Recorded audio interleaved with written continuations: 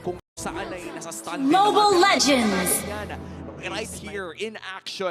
Sele yung Hahanapin pinipili ko. lang. Kasi kapag nag-feathered airstrike, kailangan ko lang mapatamaan ng arrow. Kyle? Oh, pero si Kyle TZ, tatakbo muna sa kanyang mga kakampi. Mahahabol ba? Mahahabol nga talaga. First blood para dito sa TLPH. Wow, mukhang magkakaroon pa nga ng laban dito at knock-up. JP might just go down as well. Pero yan na, may trap, may sipa at sasabog na rin. That's gonna be a 1-for-1 at mukhang hahanapin na nga rin dito si Sanford din. Turtle, mukhang sisimulan na dito ng TLPH. Mauuna si Sanford at si Flap TZ naman ay babantay na rin. Fuse still level 3, hindi mahanap si Sanji. At mukhang nandito na nga ang mag-base mode na si Flap TZ. Oo. Right now, very relevant yung ginawa ni Pew na hindi siya nagpa-form, may matatamaan ng araw. Ito na naman yung mga Y-Walk para nag-Avengers Unite na naman para kuhanin yung pagong. Iti-team fight ba nila? Hindi. Ito na naman yung disiplina na sinasabi kanina pa. Talagang kuha, objective, sabay alis na. Ilalatag niya yung kanyang Ultimate. Y-Walk.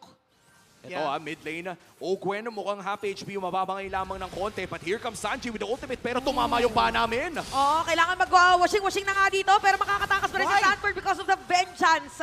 So, TP out muna. Successfully makakatakas. So, balik muna ulit dun sa mga kailangan puntahan ng dalawang teams. Grabe yung sustainability ni Sanford right now earlier on into the match because nga of that vengeance. Tumama na naman ang arrow pero mukhang si JP ay nagtawag lamang ng tropa at hindi matutuloy ang laban na ito. 20 segundos bago lumabas ang ating pangalawang pagong ng larong ito. Hindi pa naman ata lalaban dito, Team Falcons. Yun pala, Ay, may joke Ogwen lang! Pumasok na nga. Narinig daw. Eto na, lalaban na Ay! daw sila. At napatay na nga. So, successfully napatay nila si Sanji. Sumakto pa na meron turtle. Parang sabi na kasi ni Umi daw, hindi pa yata mag-e-engage eh. Eto, engage tayo. Grabe, nag-flicker pa doon pa si Ogwen. At saktong-sakto, walang feather the airstrike. Worth it yung flicker ni Ogwen doon, men. Yep, ang ganda ng ginagawa dito right now ni Ogwen kasi sobrang on point ng kanyang mga skills. And speaking of on point din ang pagkakatakas ng ilan sa mga players. Nakahamang sila ngayon na merong face check with that airstrike para kay Sanji. Half HP para dito sa Turtle. At mukhang i-hold ito ng TLPH. Ogwen with the conceal. Mukhang mapa-find out naman siya dito. Masisipa na nga rin si JP. Siya ata ang unang babagsak. Pero ang Turtle, kanino yun napunta? Kay Carl! Dediretso na nga ba ang TLPH? Samahan pa daw natin isang objective. At ang objective na yun, kuhanin si Kyle TZ. Si Sanford ay hahabulin pa ng tatlo. Super Marco looking for the bullets pero mukhang magbaback off na nga ang Cavalry dito. Another objective, another kill. At 2K na nga ang gold lead ng Cavalry. Low dashes as well as synchro vision. Grabe yung yung synchro vision doon na tumama sa dalawa talagang pumutok. Pero si Sanji, makakembot naman. Buti na lang, sexy yung galaw. Oo, biglang Yes! kumembot. Biglang Kumembot to the kumembot left. eh. Ikembot mo, ikembot. Sorry. Speaking of kumembot pala, papunta doon sa pwesto ng Team Falcons. Totoo nga naman, bakit ka maglalakad? Why walk?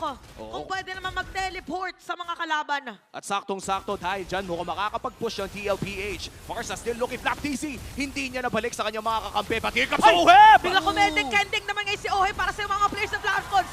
May sima pa sa ilalim pero Sanford mabubuhay pa rin yata. Nag-flicker in na. Dito si Few pero nararamdaman natin ngayon na Sanji! parang hahabulin pa. Hinahabol na ibon yung pumapana. Si Few ang target nila pero makakatakas na. Kaya alam na Di ko alam nga alam ng kung gawin ano ni yun. Selena. Ayos at parang ganun lang natali na nga si Ogwen ata ang magsusunod. At pinasok pa rin JP.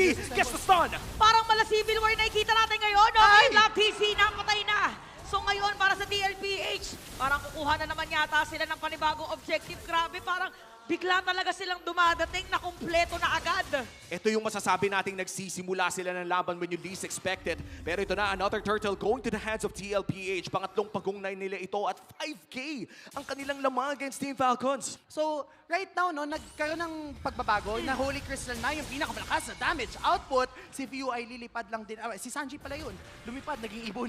Oh, mukhang mag-aantay pa ata ng late game dito ang Team Falcons. They do have a Granger pero Sanford pumasok nakatali ng dalawa. Nakita natin yung concealer, biglang dumiretso na. Okay, makakadepensa ba? Ang Team Falcons sumasayaw na si Ohepe pero Torre na lang muna ang kukuhanin nila dun sa may middle lane. The rest of his team. And right now, they're all fed up. Alam nila yung damage output na meron sila individually. Oh, and for Team Falcons talagang antay muna ng late game. Play safe, hanap ng magandang pick-off, tumatama naman ang mga bala, tumatama naman ang mga pana. And for, I guess, Ayan na nga. kailangan talaga Aray! tamang target lamang yung hinihintay nila. Aray! Sayang! Aray! Aray naman talaga! Okay? nabuhay pa yung dalawa, pero nakita mo ba yung damage? Oo. Doon sa dalawang players. Grabe, nakita na natin na ma-maximize ni Carl TZ yung dashes na meron siya. And dahil naka-Holy Crystal na si Oheb and Carl TZ, the moment na mag-dish out sila ng damage, ang lakas na meron sila. Divine Glaive na lang ang inaantay ni Oheb bago siya mag-fully activate. at Gwen? this point. Uy, grabe naman.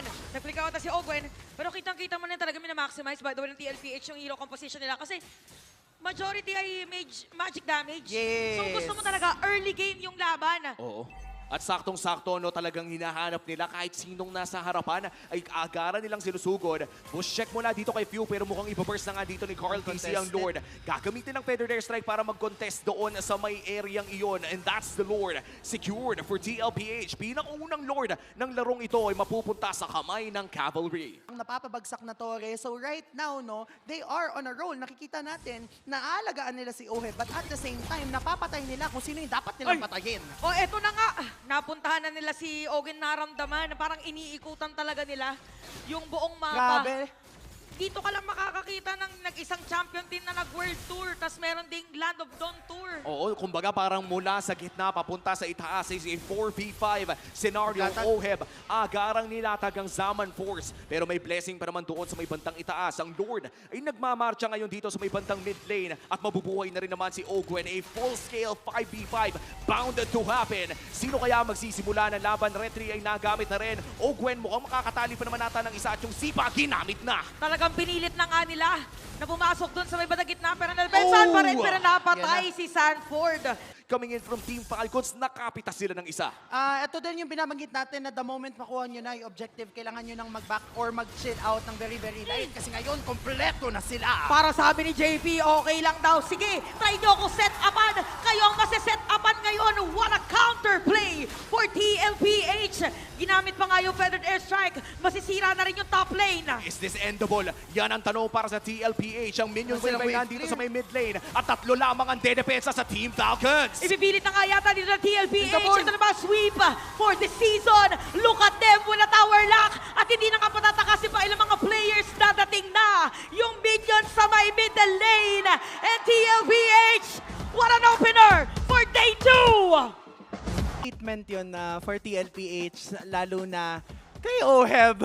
The Filipino sniper is still the Filipino sniper. He could never deny the championship blood Yep. running in his veins. The performance, nakakatawa yung binanggit ni Carl TZ. Gustong-gusto kong sabihin yon na nag-mix yung Ube and Express. And Yep. sobrang visible nun in this game. Game number 1, Mathilda, very utility. Game number 2, Chip, very express. So doon natin nakikita kung paano naging flexible, kumbaga, yung kayang ipakita ng TLPH sa kanilang arsenal. Tsaka ano siya, 100% kill participation. Wow. Ibig sabihin talaga nakapitalize yung Y-Walk. Yes! Na parang pagkadating niya doon, pagkalan niya, pagka-spawn niya Latag siya ng sa ano. portal, Summon Force. Oo.